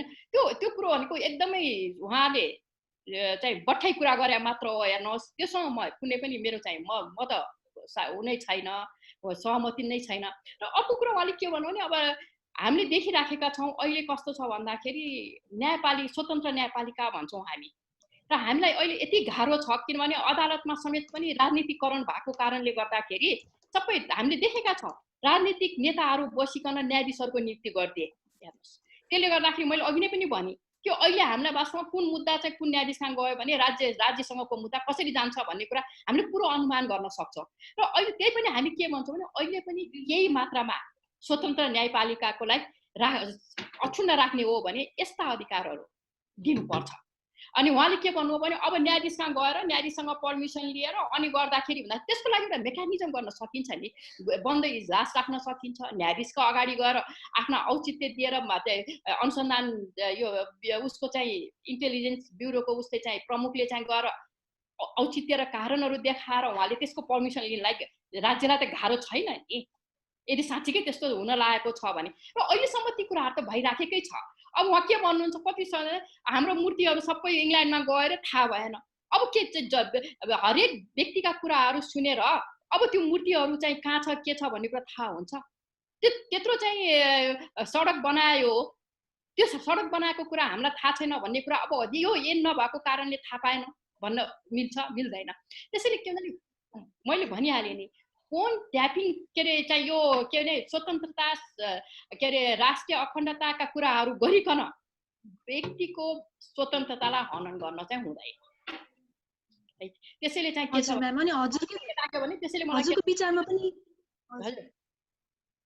हजुरको विचारमा पनि कुन चाहिँ निकायले चाहिँ यसको नियन्त्रण गर्न सक्छ भने त उहाँले जसरी भन्नुहुन्छ नि, मुद्दा पनि चल्दैन, मुद्दाको चलाउनु पनि मिल्दैन। त्यसरी यसमा चाहिँ खालि अनुसन्धान उसले चाहिँ गएर राज्यलाई प्रधानमन्त्रीलाई बुझाइदिने हो। त्यसपछि अब गएपछि अब मतलब सरकारलाई भनौँ न, प्रधानमन्त्रीको अन्डरमा रहने हो, सरकारलाई बुझाइदिने हो भनेर भने जुन छ नि, त्यसले गर्दाखेरि चेक एन्ड ब्यालेन्सको सिस्टम हुनै पर्छ। र अहिलेसम्म हामीले देखेको चाहिँ के छ भन्दाखेरि अदालत नै हो। किन भोलि त्यस्तो पर्यो भने मुद्दा गर्न चलाउनु पर्ने पनि अदालतै हो। र अहिले पनि मैले देखेको के भने अहिलेसम्म पनि के छ भन्दाखेरि उहाँले औचित्य र कारण त दिनु पर्यो नि त। के कारणले उहाँलाई अप्ठ्यारो भयो त? के त्यो सडक बनाउन लागेको चाहिँ सूचना उहाँले नपाएको कारणले यो कानुन ल्याउनु पर्यो त? कि हाम्रा चाहिँ सुगौरी सन्धि नभएको कारणले यो चाहिँ कानुन ल्याउनु पर्या हो त? होइन नि। किनभने हिजो पनि त वास्तवमा मान्छेहरूको हामीले यो फोन ट्यापिङ गर्नै हुँदैन भन्ने कुरामा हामी छँदै छैनौँ। उहाँले जसरी भन्नुभयो नि, यो त्यो अर्थ चाहिँ नलागोस्। तर के भने फोन ट्यापिङको नाममा त्यस्ता अवस्थाहरूमा अदालतको पर्मिसनले गर्नुपर्छ, भइ पनि राखेको छ। तर के छ भन्दाखेरि के अरे फोन ट्यापिङको भरमा त्यसको आधारमा आफ्ना त्यही सत्ता पक्षले चाहिँ के छ भन्दाखेरि आफ्नो विरुद्ध उठेका आवाजहरूलाई दबाउनका लागि प्रयोग गर्न सक्ने अवस्थाहरू चाहिँ देखिराखेका छौँ। र त्यो हुन सक्ने अवस्थाहरू भएको हुनाले त्यसलाई रोक्नको लागि त्यो गर्न हुँदैन। त्यसरी अदालतको पर्मिसन बिना चाहिँ फोन ट्यापिङको सिस्टमहरू चाहिँ यो व्यक्तिको फोन ट्यापिङको सिस्टमहरू चाहिँ राख्न हुँदैन। हजुर, थ्याङ्क यू म्याम। म फेरि राम सरको तर्फ एकचोटि जान्न चाहे। सर, 2069 साल ज्येष्ठ महिनामा चाहिँ नेपाल सर्वोच्च अदालतको सम्माननीय न्यायाधीश रणबहादुरज्यूलाई गोली हानी हत्या गरिएको थियो। त्यही हत्याको अनुसन्धानकै क्रममा प्रहरीले करिब लगभग 5 लाख जति व्यक्तिको फोन कल र करिब 30,000 जति SMS प्राप्त गर्यो। र सो समयमा त्यो प्रहरीले डाटा अनुसन्धानको दायराबाट बाहिर निस्केर मनोरञ्जनका लागि पढे भन्ने जस्तो समाचारहरू आयो। अब यस्तो अनि यसलाई नै नियन्त्रण गर्नको लागि 2074 सालमा सर्वोच्च अदालतबाट नजिर पनि प्रतिपादित भयो, एउटा डिसिजन पनि भयो, जसले चाहिँ अब डिस्ट्रिक्ट कोर्टको जिल्ला अदालतको अनुमतिले मात्र यस्तो फोन कल डिटेलहरू लिन पाइन्छ जस्तो कुरा भनियो होइन सर? अब यसमा चाहिँ भोलिको दिनमा पनि यस्तो प्रब्लम हुन सक्दैन, डाटाको मिसयुज हुन सक्दैन, दुरुपयोग हुन सक्दैन भन्ने ग्यारेन्टी त कहाँ नै छ र सर? त्यो पनि हुन सक्छ।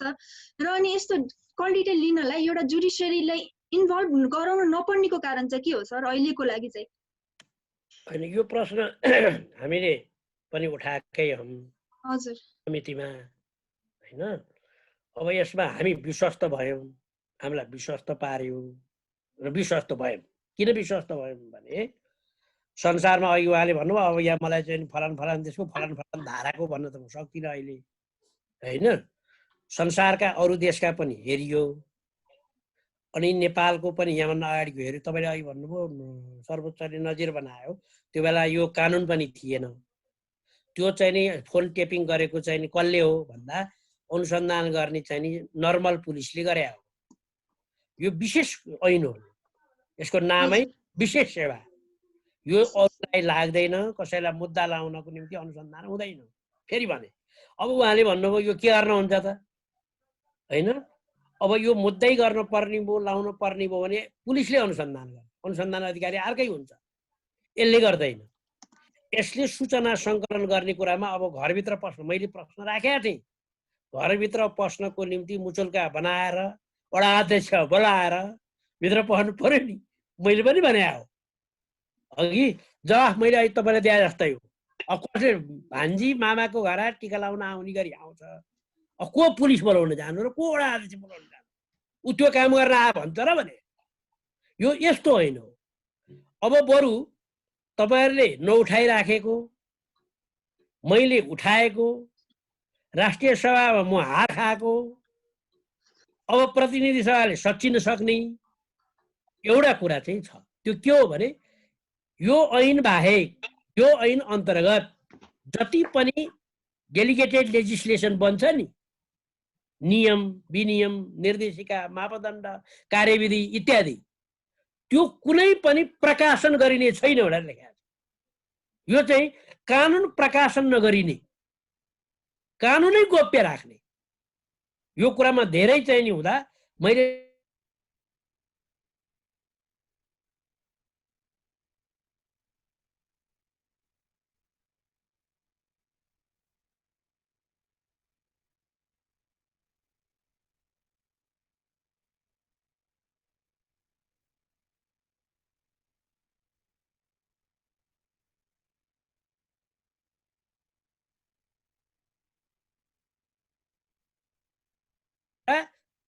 अर्को पुलिस तिनीहरूले गर्ने कुरा हो। त्यसकारणले अब अदालतमा जाने कि नजाने भन्ने कुरा धेरै डिबेट भएको त्यहाँ राखिया छैन। तपाईँहरूले चाहिँ नि सन्तुष्ट पारोस्, प्रतिनिधि सभाबाट बनाउन सक्नुहोस्, शुभकामना छ। म त प्रतिनिधि सभा छैन, मैले त गर्न सकिनँ, विश्वास त भएर नसके, अब परेन छ भइयो त भनेर मैले भनेको कुरा अहिले यति हो। हामीले धेरै करेक्सन गरेका छौँ। तपाईँले पुरानो सरकारले ल्याएको र हामीले अहिले राष्ट्रिय सभाले पारित गरेकोमा ड्रास्टिक चेन्ज छ। भयो सुनिएन? सुनेको छ सर, सुनेको छ। एकैछिन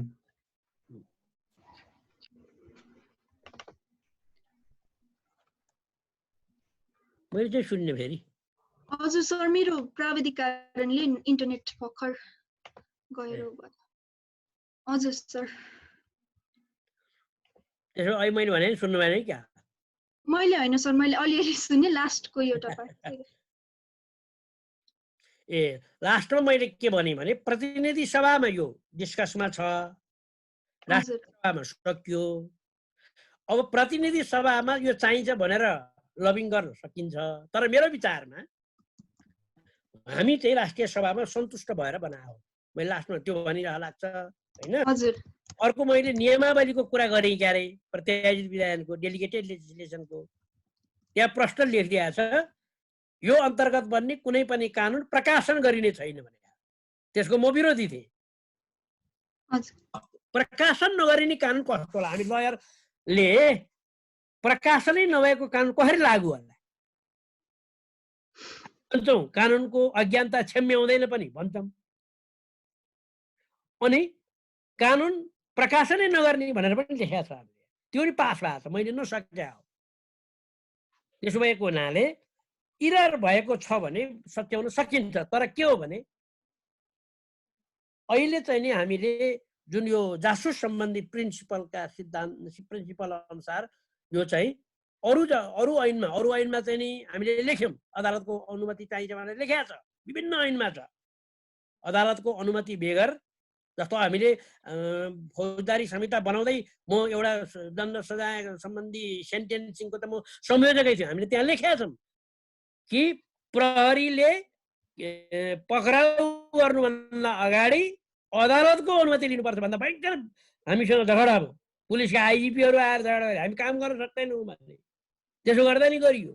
तर यो जासुस सम्बन्धी चाहिँ विशेष सेवा ऐन भएको र यो प्रत्यक्ष जनतासँग डे टु डे काम पर्ने र यसले चाहिँ तुरुन्तै चाहिँ कसैलाई मुद्दा लाएर चाहिँ नि हैरान पार्ने निकाय नभएको हुनाले यसमा चाहिन्छ भन्ने हामी विश्वस्त। फरक छ भने संशोधन गर्नलाई ठाउँ बाँकी छ है अहिले पनि। बढी अधिवक्ताज्यूहरू मैले तपाईँहरूलाई निवेदन गरेँ। यति भन्नु छ मेरो। हजुर सर, धन्यवाद। अब मैले यो अर्को एउटा क्वेसन चाहिँ प्रवीण सरलाई राख्न चाहे।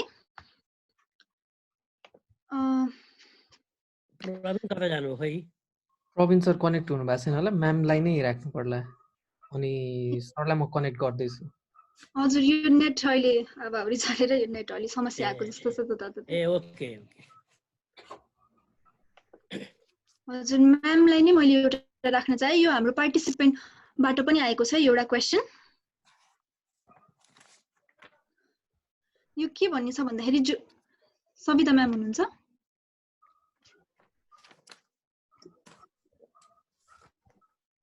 म्यामको पनि डिस्कनेक्ट भएको जस्तो छ एकैछिन है। हजुर त्यसो भए यही बेलामा हजुर शब्द मात्रै तपाईहरुले चाहिँ लिनु पर्यो। नेपालको स्वतन्त्रताको सम्बन्धमा, सार्वभौम भौगोलिक अखण्डताको सम्बन्धमा, राष्ट्रिय एकताको सम्बन्धमा यो कानुन चाहियो भन्ने हाम्रो बुझाइ भयो। यो कानुनले दुरुपयोग गर्यो भने त्यसलाई सजाय हुने भयो जसले दुरुपयोग गर्छ, र यो अन्य काममा प्रयोग हुँदैन भन्ने ग्यारेन्टी यही ऐनले गर्यो। तर त्यो मान्छे किन डराउनु पर्यो? अरूको त हुँदैन, यो मेरो त हुँदैन। जब म राष्ट्रिय अखण्डताको विरुद्धमा जान्छु त्यसपछि त मेरो गर्न पाउनु पर्यो नि भन्ने हो। यसो पनि भने त देशको अस्तित्व नै लोप होला। अब जहाँसम्म भन्नुहुन्छ, अब यो अघि त भन्नुभयो, अब मैले भने नि दफा दफामा कुरा गरेर त अहिले म त्यसरी तयारी भएर आइन। यो बेलायतमा पनि छ, यो अमेरिकामा पनि छ, 100% छ। हामीले हेरेर गरे, हामीले अध्ययन गरेर गरे, हामीले हेरेर अध्ययन गरेर अरू देशका समेतलाई दाँजेर अनि मात्र गरे। अब कुन मुद्दा कुन विषयमा जस्तो मुद्दा परेर अदालतले भन्यो होला, जस्तो मैले मुद्दा हाल्न पाइन्छ त अहिले पनि भने मेरो फोन टेपिङ भएको छ भने म अदालत जान सक्छु। त्यस्तो बेलामा अदालतले केही बोले होला, त्यो बारेमा मैले अहिले अध्ययन गरेको छैन। त्यसमा समय पनि सक्यो होला नि त तपाईको? समय सर, हाम्रो अरू प्रश्नहरू पनि थियो, अरू स्पिकरहरू पनि हुनुहुन्न। मैले सरलाई नै अर्को एउटा कुरा पनि राख्न चाहेको थिएँ। हजुरको विचारमा रहेका नागरिकको संवैधानिक हक अधिकारहरूको सम्झौता नगरिकन राष्ट्रिय हितको संरक्षण गर्न सक्ने अन्य कुनै विकल्पको बारेमा केही छन् कि छैनन्? छन् भने चर्चा गर्दैन। हैन, अब यस्तो छ, फन्डामेन्टल राइट भनेको सबभन्दा 1 नम्बर हो। हजुर, व्यक्तिको अधिकार। तर हामीले गोपनीयताको हक र अहिले सूचना आयोगको पूर्व सदस्य हुनुहुन्थ्यो नि, उहाँ सूचनाको हक, यो कस्तो कन्ट्राडिक्ट छ? गोपनीयताको हकमा तपाईको इन्डिभिजुअल कुरा म के पनि दिन्न भनेर संविधानले ग्यारेन्टी गरेको छ, र त्यसअनुसार हामीले कानुन बनाएका छौँ। गोपनीयताको हक सम्बन्धी कानुन छ। अब सूचना आयोग के भन्छ भने जे जाति कुरा छ जम्मै दिनुपर्छ सूचना, हरेक नागरिकले सूचना पाउनुपर्छ भन्छ। र के भन्छ भने तपाईको कुनै राजनीतिक दलले उसको आन्तरिक रूपमा गरेको निर्णय पनि पाऊ भन्ने जान्छ। त हरेक चाहिँ नि फन्डामेन्टल राइट र चाहिँ त्यसको विरुद्धमा बनेका अरू कानुन छ नि, त्यो कानुन बनाउन पाउने कुरा त हामीले संविधान, मैले अघि भने नि त्यत्रा क्लज राख्यो त। कानुन बमोजिम चाहिँ नि तपाईको स्वतन्त्रता हरण हुने रहेछ, कानुन बमोजिम वाक तथा प्रकाशन स्वतन्त्रता हरण हुने रहेछ, कानुन बमोजिम सम्पत्तिको हक हनन हुने रहेछ। त त्यस्तो रहेछ त। कानुन बमोजिम हरेक मान्छेको चाहिँ नि रोजगारीको हक छ त भन्यो, तर के भन्यो? कानुन भनेको के हो? संघीय कानुन हो। संघीय कानुन भनेको के हो? संसदले बनाउने ऐन हो। अनि संसदले ऐन बनाउन छुटै छ त संविधानले। यदि संविधानसँग कन्ट्राडिक्ट हुने गरी हामीले चाहिँ कुनै ऐन बनायौँ भने त अल्ट्रा भायर भइहाल्छ नि। अल्ट्रा भायरसको चाहिँ सिद्धान्त। त्यसो भएको हुनाले विकल्प भनेको यसमा मैले अघि भनेको चाहिँ नि सबै ऐन कानुनहरू चाहिँ प्रकाशन हुनुपर्ने एउटा बनाउनु पर्यो। त्यो ल्याक भएको छ, मैले नसकेको कुरा भने। दोस्रो कुरा चाहिँ नि के हो त भन्दाखेरि दुरुपयोग भयो भने त्यसको ठुलो सजाय छ। त्यही दुईटा ग्यारेन्टी गरेपछि ती 3-4 आइटममा मात्रै, सबैमा होइन, ती 3-4 सब्जेक्ट इस्युमा मात्रै चाहिँ नि यो ऐन आकर्षित हुने हो। यो ऐन अरूमा आकर्षित हुने होइन। यहाँ त मान्छेलाई के भनेर चाहिँ व्यापक विरोध गराइदियो भने अहिले मैले भने नि, प्रेमी प्रेमिकाले टेलिफोनमा गरेको कुरा पनि अब टेप भएर कारबाही हुन्छ भनेपछि त मान्छे उफ्रिने भए। त्यस्तो होला जस्तो मलाई लाग्दैन। त्यही हो। हजुर सर, मैले एउटा हाम्रो पार्टिसिपेन्टबाट नै एउटा प्रश्न रहेछ, त्यही लिन खोजेँ सरको लागि। नेपालमा पनि अलिखित कानुन आउन लागेको हो हजुर अरे? रामकुमार खड्काज्यूले सोध्नु भएको छ। अब यो बेलायतमा संविधान त अलिखित भन्ने छ, संसार अन्त छैन। हुकुमी शासन भन्ने हुन्थ्यो पहिला, अब त्यो हुकुमी शासन भन्ने हुँदैन। नेपालमा लिखित कानुन नै हुन्छ। लिखित कानुन अन्तर्गत नै अहिले यो कुरा भइराखेको छ। यहाँ चाहिँ नि अब अलिकति के छ भने मान्छेलाई अलिकति प्रचारित हुनलाई, अलिकति चाहिँ नि म जान्ने हुँ बनाउनलाई पनि अनेक कुराहरू गरे हुन्छ। त्यस कारणले चाहिँ नि ऐनलाई बङ्गाइदिए पनि हुन्छ। अब यहाँ त के हो त भने आजको डिस्कसबाट सुन्यो भने म चाहिँ निरङ्कुशवादी, किनभने फन्डामेन्टल राइट हनन गर्ने मान्छे।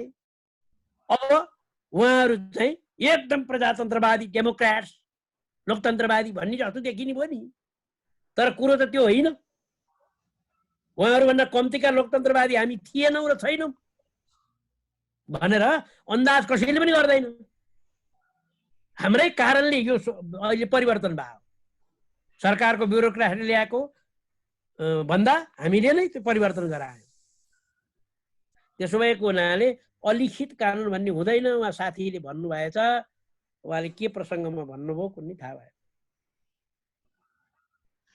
हजुर सर, मैले अब अर्को एउटा पनि पार्टिसिपेन्टबाट आएको प्रश्न लिन खोजेँ।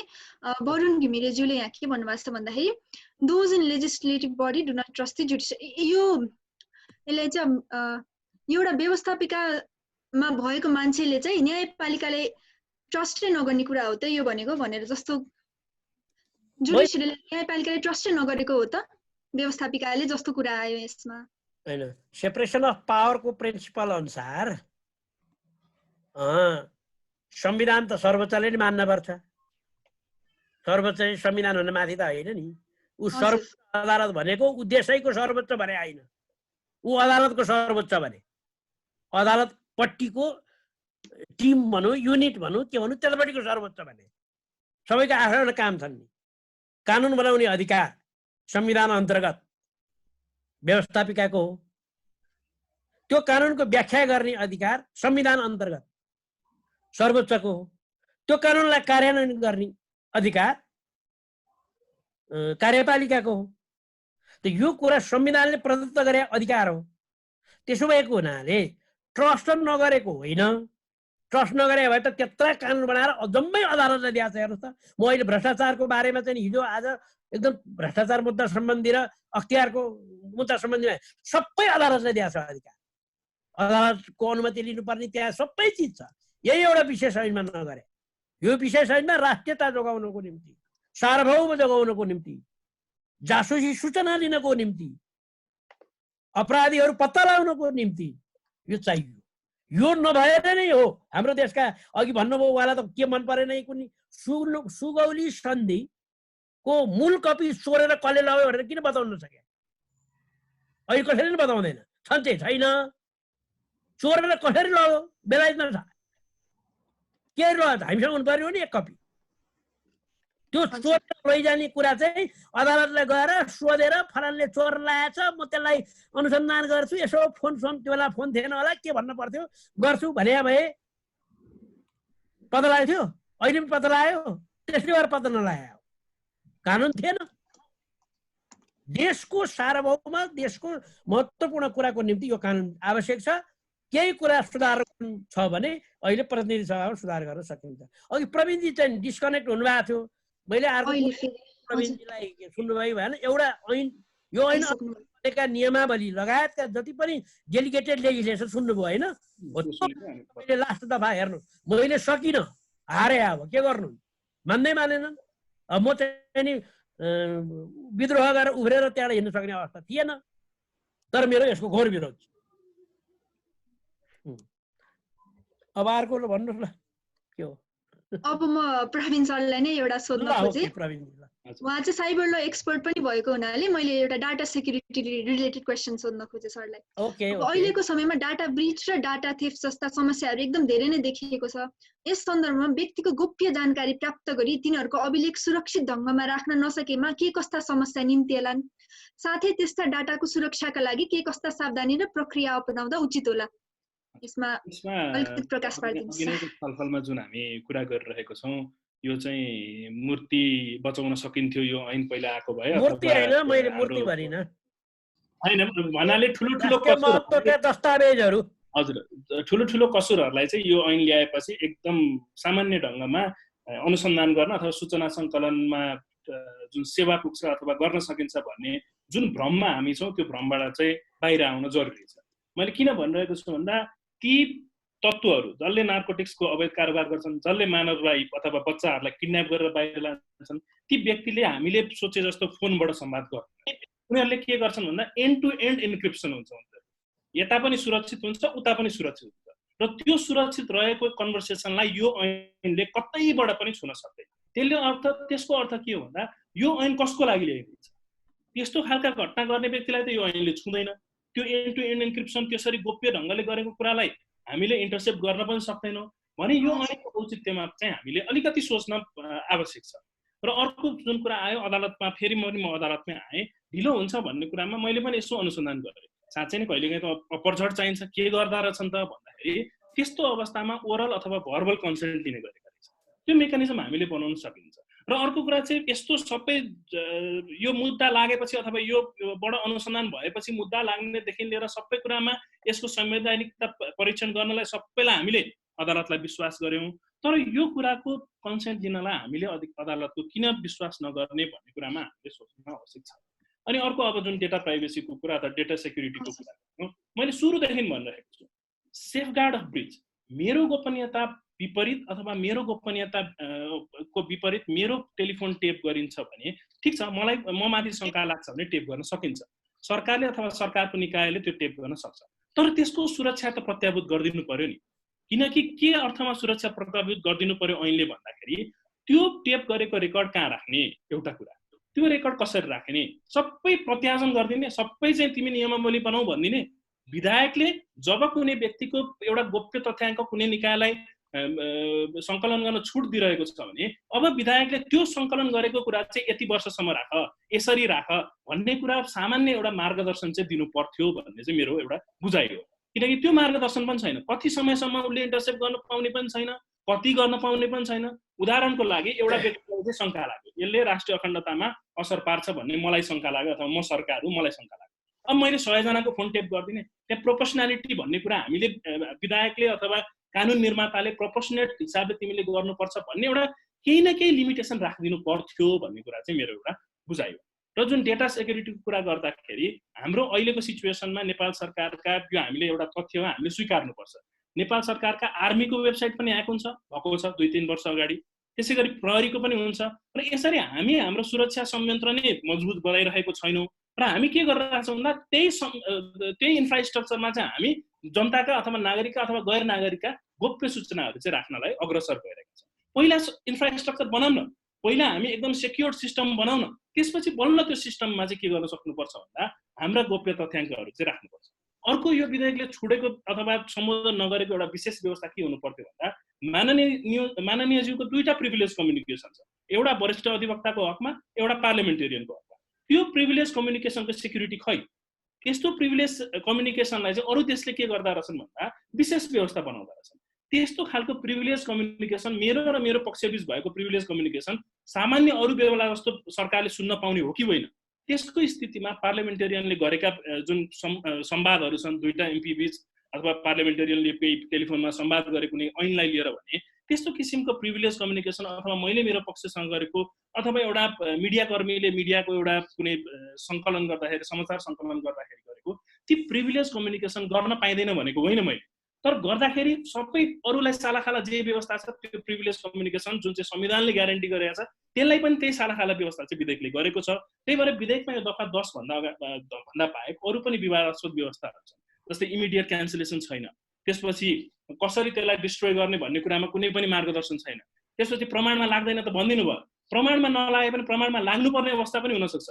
जस्तै कुनै गोप्य सूचनाको आधारमा केही प्रहरीले अथवा कुनै नेपाल सरकारको कुनै निकायले केही एउटा फौजी कारबाही गर्यो अथवा कुनै युज अफ फोर्स गर्यो, त्यो युज अफ फोर्स गर्दा उसले किन जस्टिफाई गर्न खोज्यो भन्दा होइन हामीले यो सूचना प्राप्त गरेको थियौँ, त्यही सूचनाको आधारमा चाहिँ हामीले यो कारबाही गरेको हो भन्दाखेरि अथवा डिफेन्स गर्दाखेरि त्यो सूचनाले त कोरोबोरेट गरिरहेको हुन्छ। अब त्यस्तो किसिमको प्रमाणलाई चाहिँ हामीले प्रमाणमै कतै पनि नलिने भन्दाखेरि त्यसलाई पनि अलिकति हामीले हेर्नुपर्ने आवश्यकता चाहिँ छ। अर्को अब मैले यसलाई टुङ्गाएँ, यो एउटा एक्स पार्टे निर्देशन अथवा जुन निर्णय छ त्यो प्रमुख अनुसन्धान निर्देशकको, त्यो एक्स पार्टे वारेन्टलाई कतै पनि च्यालेन्ज गर्न नसकिने अथवा त्यो निर्णयलाई अन्त कतै पनि च्यालेन्ज गर्न नसकिने हुनाले प्रतिनिधि सभाले त्यसको औचित्य, त्यसको लिमिटेसन, त्यसको वैधानिकता, त्यसका के सीमितता हुन्छन् भन्ने कुरा चाहिँ लेखिदिनु पर्यो। र अर्को कुरा अदालतको विश्वास छैन, अदालतमा ढिलो हुन्छ, अदालतमा जाँदाखेरि सूचना चुइन्छ किनकि न्यायाधीशले त अरे फेसबुकमा स्टेटस नै राखिदिन्छन् जस्तो कुरा भयो। त्यस्तो हो भने हामीले अदालतलाई नै विश्वास गर्दैनौँ भने त अब भन्ने कुरा केही पनि छैन। नभए चाहिँ अरू देशका प्रचलनहरू पनि हामीले अङ्गीकार गर्नुपर्छ किनकि हामी यही समाजमा बस्ने हो, त्यही भएर त भनिन्छ नि इन्टरनेसनल बेस्ट प्र्याक्टिसेसलाई चाहिँ इन्कर्पोरेट गर्नुपर्छ भनेर। र यस्तो कुरामा चाहिँ हामीले अरू देशको हेर्दाखेरि ठिकै छ, अदालतको नलागे गृह सचिवको अथवा कानुनका जानकार मध्ये एउटा कमिटी बनाइदिनुहोस्, त्यो कमिटीले गरोस्, त्यसले एकदमै तुक्कातु पनि आदेश दियोस्, अदालतले पो ढिलो गर्छ अथवा अदालतमा पो सूचना चुइन्छ भन्ने जस्तो कुराले हामीले सोचेर एउटा यो म एउटा नागरिकलाई के प्रत्याभूत होस् भने म माथि कसैले मेरो फोनको संवाद सुनिरहेको छ भने त्यो सुन्दाखेरि कोहीले त त्यसलाई चेक गर्छ, कतै न कतै त त्यसको वैधानिकतामाथि परीक्षण हुन्छ भन्ने कुरा चाहिँ म कन्भिन्स हुनुपर्छ भन्ने मात्रै मेरो कुरा हो। हजुर सर, थ्याङ्क यू। सर त्यसो भए लेजिस्लेटिभले जुडिसियरीलाई ट्रस्ट नगरेकै हो त सर यो भनेपछि? यो भनेको चाहिँ त्यसो चाहिँ होइन, ट्रस्ट नगरेको होइन। यो ऐनमा यसको विशेष प्रावधान, विशेष प्रकृतिको ऐन भएको हुनाले यसलाई चाहिँ नि हामीले चाहिँ के सोचौँ भने यसको दुरुपयोग भएमा त्यो दुरुपयोग गर्ने धेरै मान्छेलाई दिएको छैन, यो त्यहाँको चिफलाई मात्र दिएको छ यो अधिकार। त्यो ऐनमा यो अधिकार चिफले मात्रै गर्न सक्छ, चिफको चाहिँ जो त्यहाँ अहिले प्रमुख छ त्यसले मात्रै गर्न सक्छ। यदि त्यो दुरुपयोग भयो भने नचाहिने ठाउँमा गरेर औचित्यता पुष्टि गर्न सकेन भने त्यसलाई प्रचुर मात्रामा दण्ड सजायको व्यवस्था गरिएको छ। त्यस कारणले भोलि न्यायाधीशले त्यस्तो चुहायो भने न्यायाधीशले दण्ड सजाय होला, तर अहिले गरे चाहिँ त्यो हो। त्यस कारणले यो ठिकै जस्तो लाग्छ मलाई होइन। अब दुरुपयोग हुन्छ भन्ने आशंका हो उहाँको, अब मेरो दुरुपयोग हुन्छ भन्ने आशंका हामीले पनि पहिला भनेकै हो, गरेकै हो। धेरै यो करिब चाहिँ नि 1 महिना डिस्कस भयो, फुल वर्किङ डेज थियो, त्यसरी चाहिँ नि गरिएको कुरा भयो हुनाले र उहाँका कुरा पनि मननीय छ, ठिक छ, प्रवीणजी सहितको चाहिँ नि साथीहरूले गरेको कुरा पनि अहिले पनि हामीले बनाउनलाई गुज्रिसकेका छैन। म्याद गुज्रिने भन्छौँ नि हामीले, म्याद गुज्रिएको छैन किनकि यो सङ्घीय संसदमा छ, प्रतिनिधि सभामा छ।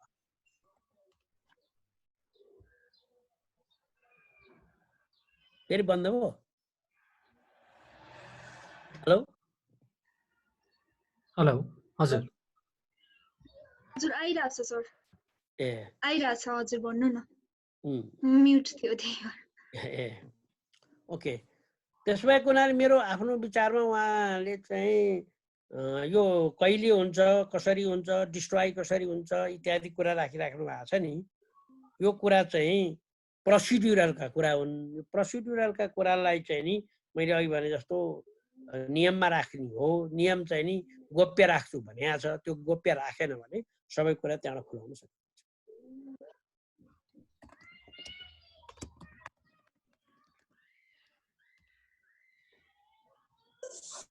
हजुर सर, अब सर हामी सेसनको करिब अन्त्यतिर नै आइपुगिसकेका छौँ।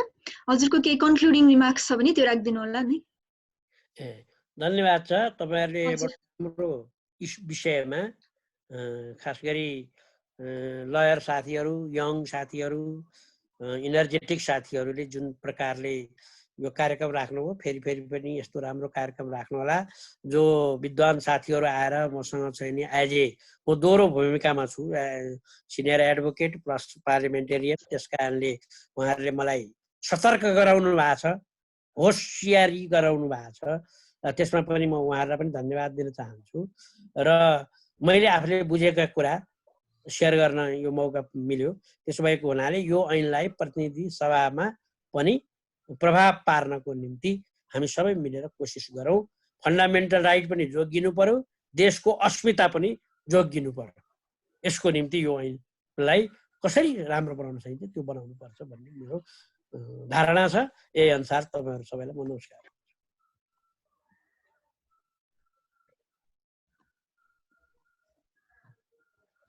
हजुर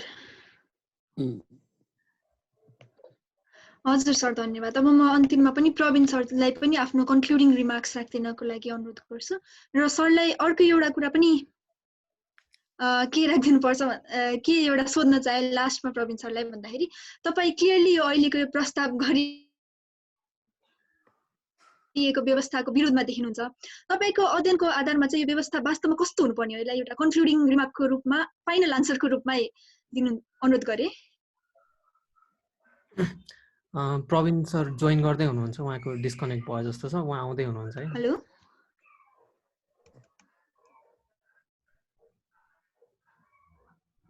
ए त्यही त आज एकदम टेक्निकल। एकैछिन 2 मिनट टाइम लिऊ अनि त्यस पछाडि हामी कन्क्लुजनमा जाउँ न। उहाँ जोइन गर्दै हुनुहुन्छ।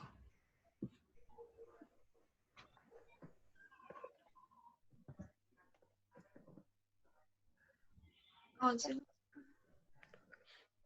उहाँको अघिदेखि नै भनाइ छ नि, जुडिसियरीलाई दिनु पर्यो हजुर अनुमति।